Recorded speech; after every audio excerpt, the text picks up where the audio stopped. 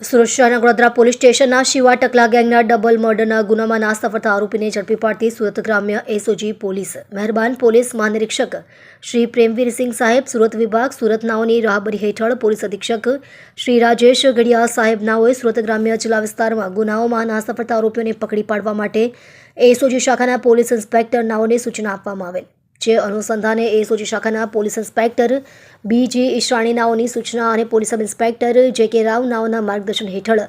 SOG શાખાની અલગ અલગ ટીમો દ્વારા ચોક્કસ દિશામાં વર્કઆઉટ કરતા ગઈકાલ તારીખ 6/1/2026ના રોજ એસઓજી શાખાના એએસઆઈ કિરણસિંહ લક્ષ્મણસિંહ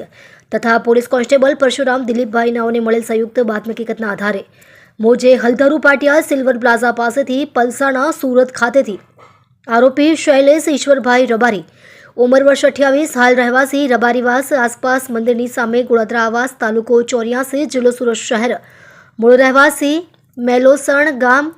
તાલુકો સરસ્વતી પાટણનાને પકડી પાડી કાયદેસરની કાર્યવાહી કરી ગોળાદરા પોલીસ સ્ટેશન નાઓને સોંપવા સારું પલસાડા પોલીસ સ્ટેશન ખાતે સોંપેલ છે.